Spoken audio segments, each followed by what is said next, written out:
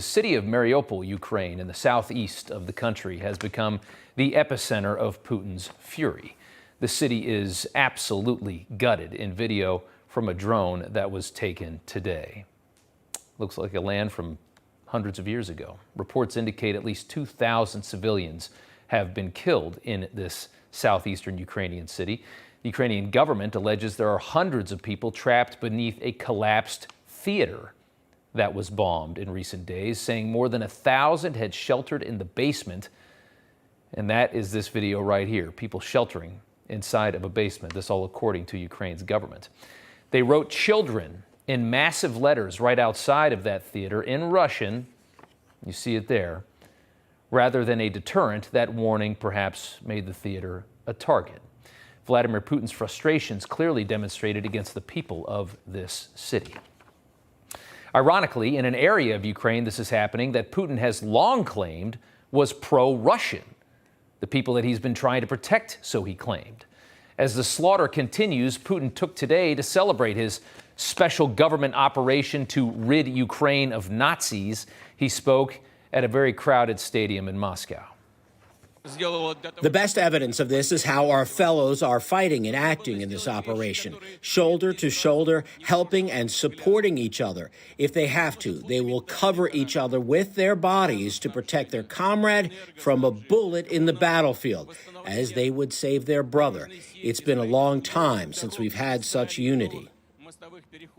Now, as you know about him, whatever he says, whatever he's trying to push is part of an agenda, is something that he usually needs. He doesn't have all those things. That's why he's saying it to these people. He's a desperate man.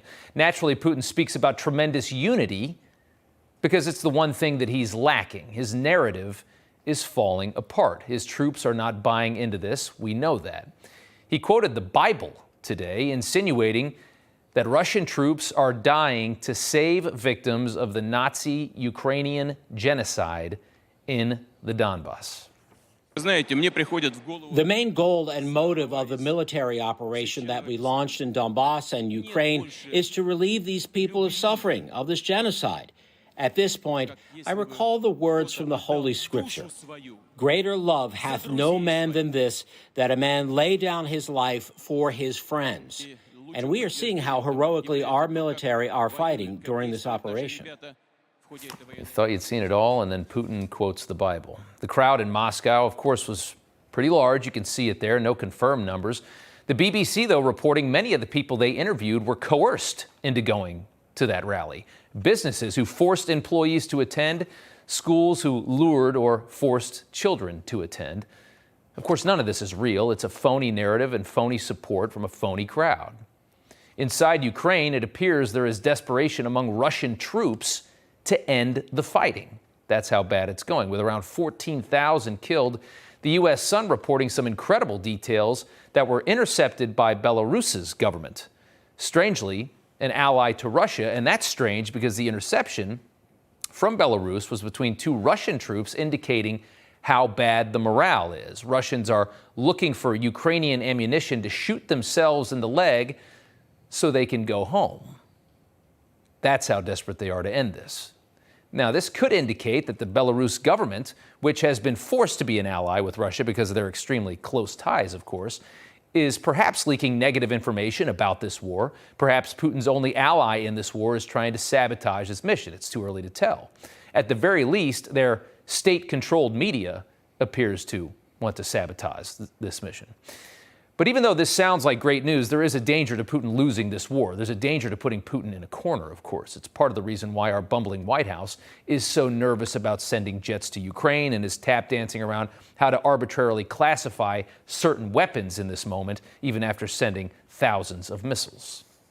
A couple of days ago, you described javelins and stingers as defensive weapons and MiGs and planes as offensive weapons. So how do we classify the armed drones that we're sending?